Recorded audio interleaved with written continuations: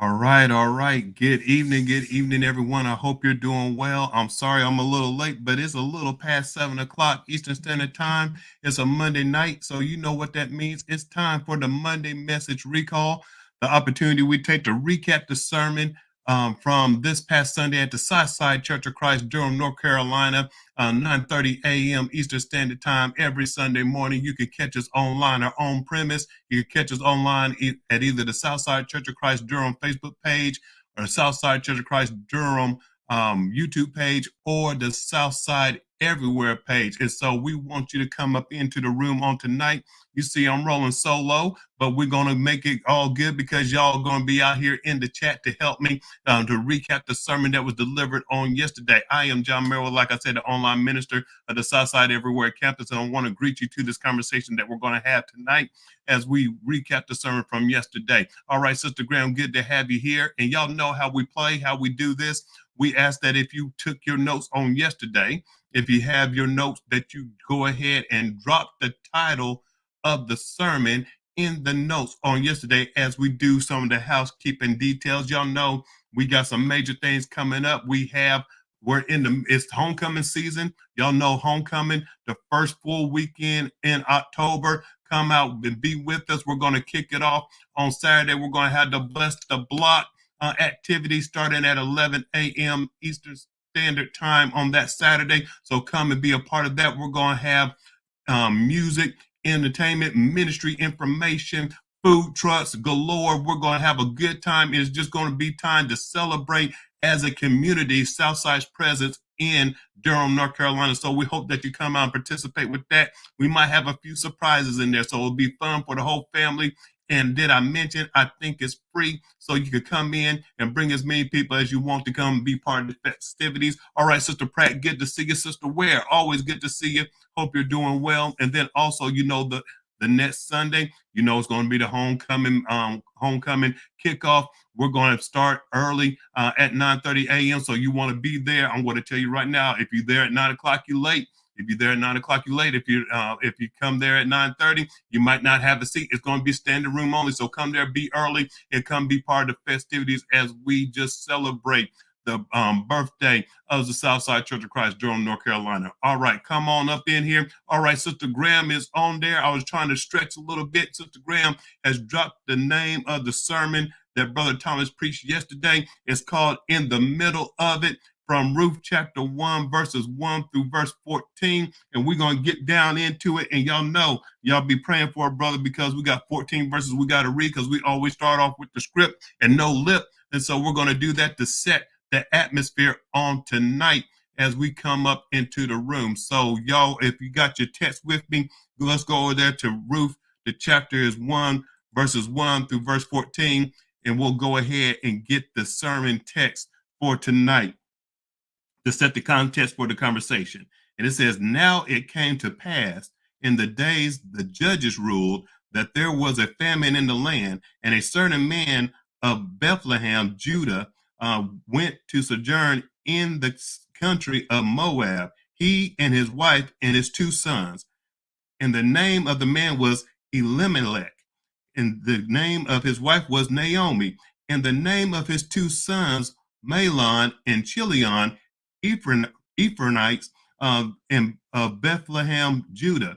And they came into the country of Moab and continued there. And Elimelech, Naomi's husband, died, and she was left with her 2 sons. And they took them wives of the women of Moab. The name of one was Opha, and the name of the other Ruth. And they came and dwelled about 10 years. And Mahlon and Chilion died, also both of them, and the women was left of her 2 sons and her husband. Then she arose with her daughters-in-law that they might return from the country of Moab, for she had heard in the country of Moab how the Lord had visited his people in giving them bread. Wherefore she went forth out of the place where she was, and her 2 daughters-in-law with her, and they went on the way to return to the land of Judah. And Naomi said unto her 2 daughters-in-law, go and return to her mother's house. The Lord deal kindly with you as ye have dealt with the dead and with me. And the Lord grant you that you may find rest, each of you, in the house of her husband. Then she kissed them, and they lifted up their voice and wept. And they said unto her, surely we will return with thee unto thy people. And Naomi said, turn again, my daughters. Why will you go with me? Are there any more sons in my womb, that they may be your husbands? Turn away, my daughters, go away, for I am too old to have a husband. If I should say, I have hope, if I should have a husband also tonight, and should also bear sons, we would ye tarry for them till they were grown? Would you stay for them from having husbands? Nay, my daughters, for it grieveth me much for your sakes that the hand of the Lord is gone out against me. And they lifted up their voice and wept again. And Ophrah kissed her mother-in-law, but Ruth clave unto her. And so, all right, Sister Burt, good to have you, good to see you on tonight. And so what we have here is we're in the conversation studying overcoming grief. And we know grief, we're familiar with it in the context of what it's like to lose somebody, what it's like to lose a friend, what it's like to lose a spouse, what it's like to lose a child, what it's like to lose a parent, what it's like to lose an uncle, aunt, loved one, cousin, friend. We know those situations, but we're also looking at it from the standpoint of when we lose opportunity, when we lose stability, when we lose comfortability, when we lose blessings, when we go through a season where it feels like the rug is being pulled from underneath us and we're left scrambling and trying to recover. What do we do? And I like that, Sister Pratt. What do we do when we are in the middle of trials, storms, troubles, and situations? And so what Brother Thomas said yesterday was that he was captivated by something that was happening in the middle of the story. And what was happening is when we're going through those hardships and seasons and everything is that stable is collapsing on us, what is our response? And we see that Naomi and her family was in the middle of a deep famine. And I know you understand what a famine is. A famine is a shortage. A famine is a time where drought has stricken the land and you cannot get the resources that you need to sustain your existence. In other words, there is a food shortage. And y'all may remember one of the closest things of recent memory is when we went through COVID and the world was shut down and the shipping and the imports and exports had stopped. And there was a shortage of certain things. And I remember specifically in North Carolina that you could only go to the store on certain days. And not only could you only go to the store on certain days, you could only get a certain amount of food because you had to make sure that everybody else got something. In other words, there was almost like a ration put on the food. And sometimes people would get there right when the truck got there. So they were first in line. So if you came later on, you might have just been short for the food and the favors that you were used to and you were accustomed to.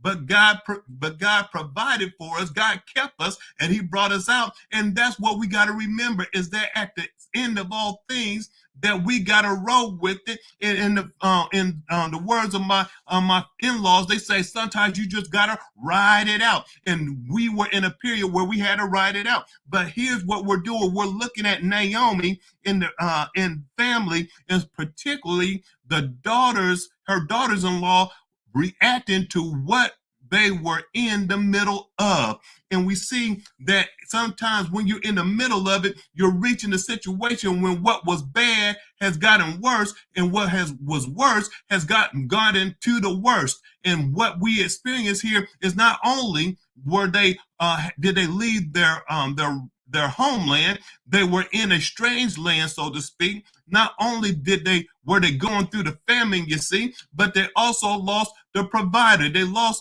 their Naomi lost her husband, and then also she lost her sons. And so it's now them against all odds. Somebody put up in the chat, all odds. And when all odds are against you, Sister Pratt, what do you do? As they used to say, I was watching a cartoon. They said, what are you going to do when they thought all the chips were down, when they thought they was on the back? What are they going to do? And this is what is giving, the communicating to us as Christians. What do we do when we're down and out, when we're on the struggle bus, when life has thrown everything and more at us? What is our response? Because it's easy to praise God when everything is going our way and according to plan. But when we're in the middle of it, somebody, what do we do? And what do we do? And what's our response? And how do we recover? Do we think that we're going to recover? What's our mindset? Where is our faith? Are we going to have the faith that says that God is going to provide, or do we have the faith that is, when it's tried by fire, it is consumed, because it's not a faith worth being tested? Come on, somebody, on a Monday evening. So as we look at this, Brother Thomas says, let's look at this when it looks like everything that we try, every time we try to take a step forward, we take a step back. Anytime the relationship we think is going on the right track, it falls back 2 or 3 steps. Anytime we think that we're coming out of that financial struggle, we fall back and we have more debt than income. Come on, somebody. More bills than paychecks.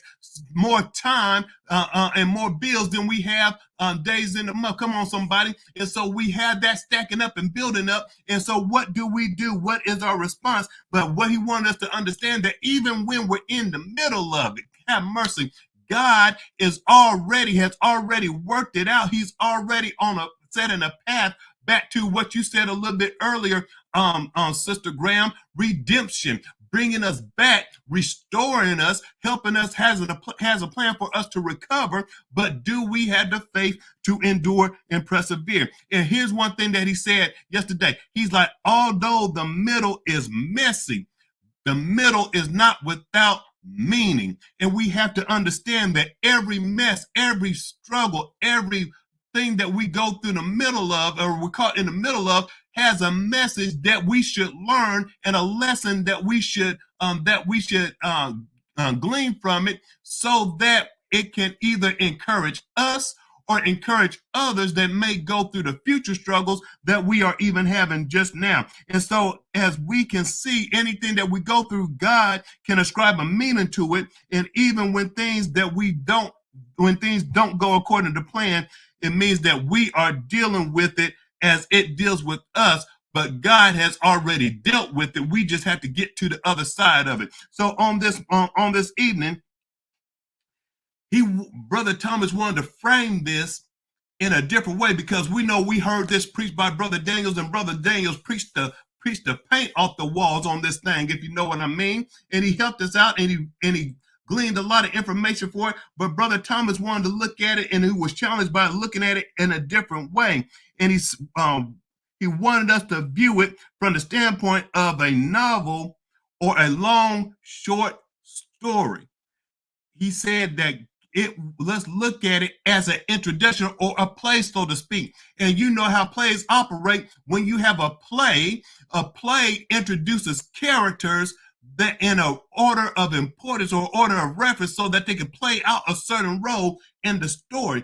And when it comes out and when it happens to us, he says, if we look at it like that, we can see and we can follow the fingertip of God all through the story. And they said, when we can't see the hand of God, we can trust the heart of God. And we see God's heart operating through these characters. And he said, first of all, he's like, let's look at it. He says, it says a certain man, and it says that it didn't name the man's name at the beginning of the text. And it wanted us to understand first that this was a Jewish family that went down to Moab. And it says that it wasn't just a Jewish family, but they left a particular place. It introduced Moab, a certain man and his family, and Bethlehem. And it wanted us to understand that this wasn't just one of the it just wasn't any Bethlehem, because there were many Bethlehems, but it says this was Bethlehem of Judah. And so when we understand that, it means that There were many Bethlehems, but there's only one Bethlehem in Judah. And he says that's relevant because Judah means the house of bread. And when you look at the house of bread, you think of people that are being fed, people that are being sustained, a place where you should expect for things to work out because you are in the house of bread. You don't think that your bread is going to run out. But we see that a situation came and the situation developed. And as the story comes, the main character enters the stage, and the main character or situation was the famine. Everything happened because the famine. The famine is what caused them to move from the house of bread into Moab. And what we got to understand is that Moab isn't a place where the Jews wanted to go because the Moabites and the Jewish people did not get together. They were like oil and vinegar and oil and water. They didn't mix well together. And so we're looking at sometimes life will put you in a situation that it will put you in a place where you don't want to go, but you have to go. And we see here that we understand that one thing that comes out from the story, and as the story goes on, is that the characters show God's character. Remember, I said it shows the heart of God. It says the famine caused hardships and difficulties, and mainly because it was a drought. And when you're in a drought, that means that you have no water. And you know that's the most crippling thing to a agricultural culture is when there's no water for the plants to grow. Because if there's no water, the plants can't grow. And if the plants aren't growing, there's no sustainability. It's not only is there no food, but there's no commerce. That means that the job market, you see, is drying up. And if you don't have a job, it's hard, and you don't have food, it's hard to survive. Come on, I thought I was talking to a church on tonight. I thought I was talking to some believers on tonight. Well, you know that one is different if you got no money, but you got food. But it's a different thing if you got food, but you ain't got money. But if you don't have food or money, then you in a bad way, in a bad situation. And so as we look at this on tonight, it tells us that when we're experiencing a drought, that we don't have the rain to be able to sustain ourselves. What do we do? What happens then? What happens in the next thing? So we look at the next phase of this play as we look through it, and we see that we have a gentleman by the name of Elimelech. And what we understand is that we're introduced to Elimelech and his wife. We're introduced to his wife, Naomi, and we understand that here we see that Elimelech's name means God is king. And we're also introduced to Ruth here as well. But as we're looking at God is king, but we also see the name of Ruth, and Ruth means friendship or divine friendship, but it also means a well-watered individual or someone that is fertile. And this shows how God wants us to respond during hard times. So we should always remember through our hard times that that God is king, God is sovereign, God is all powerful, God is a way maker, God can sustain us and protect us.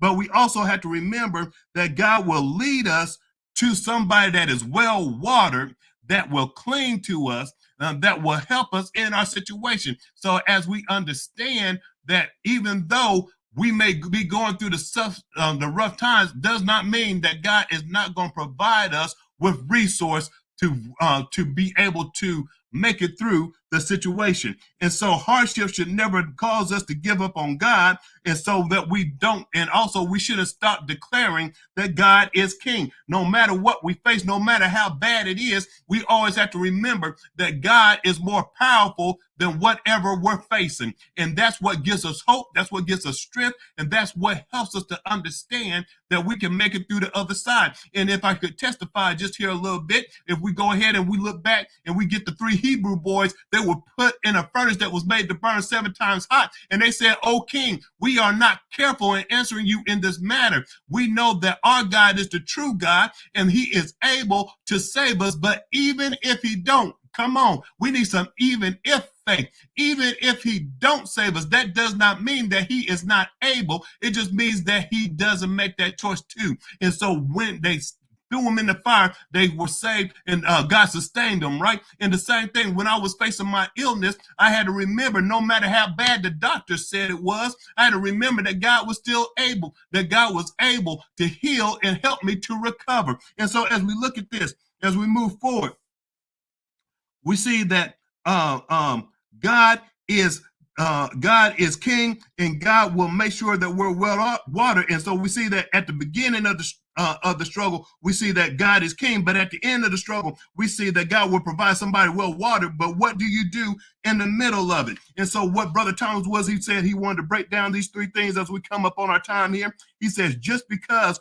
we acknowledge God as king doesn't mean that we won't experience hardships. If somebody has been out here peddling a false bill of goods, saying that when we become Christians, that all of our problems, all of our issues, all of our hardships go away. And that is simply not true. And like we dealt with this morning on the morning sip, we have to understand that trials will come. And trials, we should expect trials to come our way, and we should expect tribulations because the devil is upset. And when the devil is upset, the devil goes on the attack. See, the only time the devil doesn't attack you is when he already got you. Why do you want to waste energy and fight over something that you already have? And so when the devil's not attacking, he is going to come for us. And so when we are Christians, he's coming after us, and he uses people in the physical realm. But we got to remember that it's a spiritual body, a spiritual battle, and it's fought in heavenly places. That's why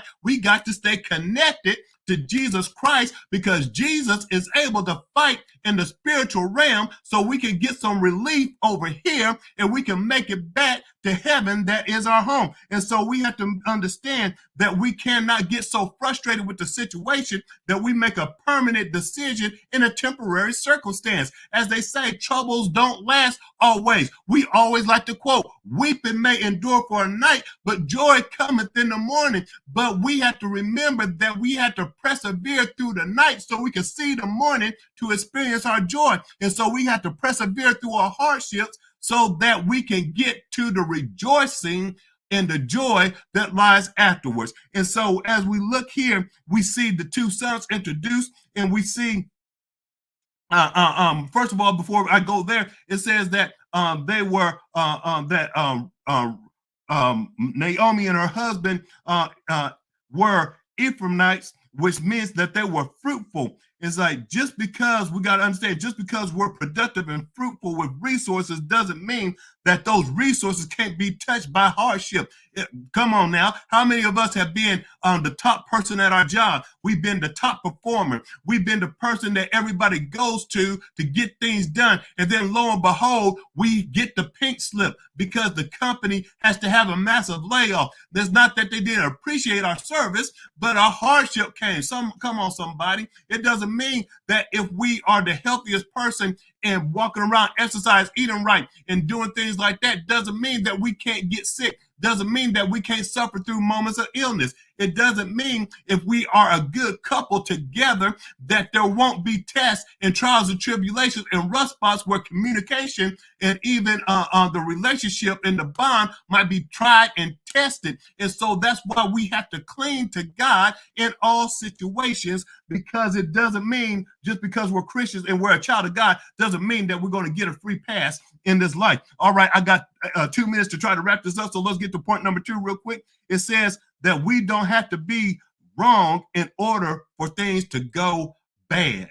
And look, sometimes we think that when we go through trials and tribulations that we're being punished, that we sin somewhere along the line, that we made a mistake, that we are misaligned with God, and people try to throw that on us. And I remember when Job was going through his suffering. Y'all remember Job? Job lost everything he had. Job lost his children. Job lost his possessions. Job lost his health. Job was losing his friends. And they also means It also said that Job was visited by his friends and they said, just confess what you've done wrong. And maybe if you confess what you've done wrong, then God will lift this hardship up off of you. And Job said, I have done nothing wrong. And they was telling Job basically that he was lying. Sometimes people will come to us and try to project onto us that we have done something wrong, but we have to understand that sometimes we don't suffer because we made a wrong decision. It doesn't mean that we're in the wrong. It just means sometimes going through the hardship and going through the suffering means that we have done something right. And what we've done is that we trusted and we placed our faith in God. And now the devil is trying to wreck it, and he's trying to wreck it by attacking all areas of our life, including friends and situations and family. And so what he wants us to, what brother Thomas said, that Ruth is the only story where there is no bad character. Nobody did anything wrong. Even when Elimelech decided to go from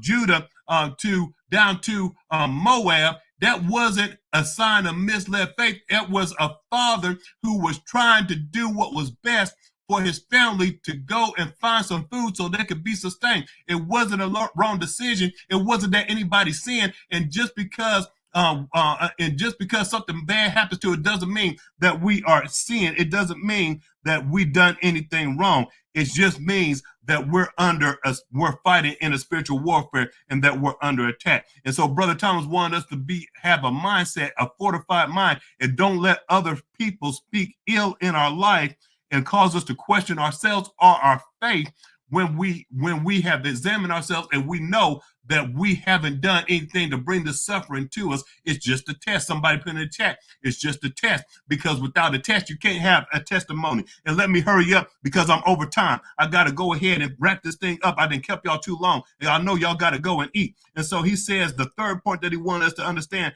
that even in hardships, God is our source of blessing. And we see that even though they moved to Moab, that God was still blessing them. He blessed the sons to be able to find the wives. They didn't find wives until they moved to Moab. And it says that he that findeth a wife findeth a good thing. Come on, somebody. I'm trying to preach, sisters, y'all. I'm trying to help. I should see some amens up in the chat right there. And so he also said that even though they was experiencing hardships, God was still sprinkling blessings. See, hardships don't stop God from blessing his folk. Hardships don't make God say, oh, that's too hard for me, I can't give him no blessing. Because sometimes God will pour out some more blessings even in the midst of hardship. And he says, look, even though Naomi lost her husband, even though Naomi lost her sons, even though Naomi was on the move and she was struggling a little bit, he blessed her with some companionship. He blessed her with somebody that was well connected, well watered, well fertile, was somebody that could refresh her soul. And that was somebody by the name of Ruth, because Ruth ended up being the blessing, being the vessel of the blessing that helped to restore Naomi. Because y'all know Ruth was the one that met Boaz, and Boaz ended up redeeming Ruth and Naomi by purchasing the land, by marrying Ruth, and by giving Ruth him and Ruth had a son, right? And so now they said Naomi has a son because Naomi was right there to help take care of the baby, and so she was blessed by Ruth, and by Ruth being recovered. And sometimes we got to remember, we can't let hardships drive us away from people. Every now and then when people come up and say, hey, do you need help? And we can see that they're genuine, we need to open our mouth and get the support, because that person that's coming to us might be the very one to bless us, to bring us out of the struggle that we're currently in. And some of us are wondering why we're struggling so long. That's because we keep turning away the help of God, because God is sending resources, but because we're ashamed of what we're going through. Because we're ashamed of the struggle. Somebody say, honor the struggle. Honor the struggle, because in the struggles is when we find out who was for us, and in the struggle is how we find out and grow a deeper appreciation for what God is able to do and bring us through, so that, as Sister Graham said a little bit earlier, so that he can redeem us, because God always has a plan of redemption for his people. We just get thrown off because redemption doesn't come the way that we want it to come. But when God sends it to us, we got to understand that it's the best thing that can happen for us. And so Brother Thomas wanted us to understand that we can still be productive even though we're struggling, but we have to remember that God is going to send us some resources. Why? Because he's the source. And don't get caught up on the things to sustain us, but get caught up on the God who is sustaining us through it all. Don't worry about the job. Don't worry about the car. Don't worry about the house. Don't worry about the bank account, because God can open up one window and pour you out a blessing that you won't have room enough to receive it. It will be an overflowing blessing, but you cannot receive that blessing if you don't stay connected to the source, which is Almighty God. All right, that's it. I got to go, and I know I got to let y'all go. I done kept y'all 5 minutes over. Look, if you're looking for a spiritual community to be part of where we have this type of conversation every single day, I invite you to join us at Southside everywhere. We are aspiring to be the #1 Christian community, reaching out to individuals so that we can heal the wounded, encourage the seeker, and secure the saved through ministries of reach, restoration, and revival. So come out, be part of us. You can join us at www.southsideew.com. Answer some few questions. We'll welcome you in to the Facebook group, and you can get information and spiritual conversations like this every single day of the week. And also, just a reminder, continue to join us here at the Southside Church of Christ, because y'all know we got big things popping, little things stopping. Come out, be part of our homecoming beginning in the first weekend in October, and we'll have a homecoming speaker every single Sunday of October. We're looking forward. It's going to be a great time. It's going to be a grand celebration, and y'all can be part of that as well. Invite your friends, invite your family, and if you can't join us in person at 9:00 a.m. Eastern Standard Time, each and every Sunday, you can join us online virtually and on Facebook and also on YouTube. And so we'd love to have you either which way you can make it. As they say, any way you bless me, Lord, I'll be satisfied. Any way that you make it to Southside Church of Christ will be satisfied, and we'll extend the handshake of fellowship to you. All right, that's good. That's great. Thank y'all for stopping by. And until we meet again, I want you to know I'm John Merriweather. I'll see you later, and I hope this blessed you and blessed you real good. Take care, family, and we'll see you at the next appointed time.